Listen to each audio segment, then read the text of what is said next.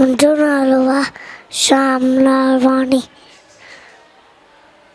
मुंहिंजे स्कूल जो नालो आहे सिंधी सोसाइटी।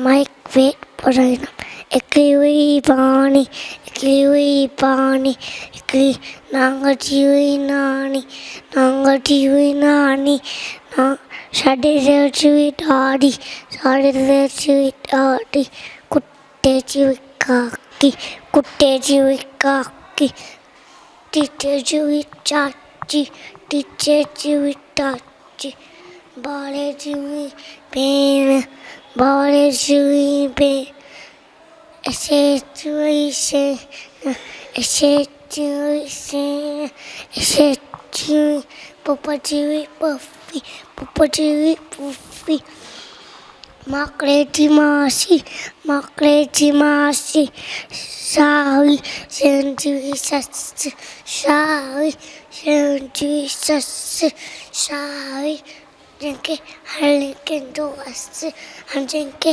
हले कंहिंजो वसु, जंहिंखे राणी हुई सियाणी, जंहिंखे राणी हुई सियाणी, जंहिंजी हुई पाणी, अहिड़ी हुई पाणी, अहिड़ी हुई पाणी।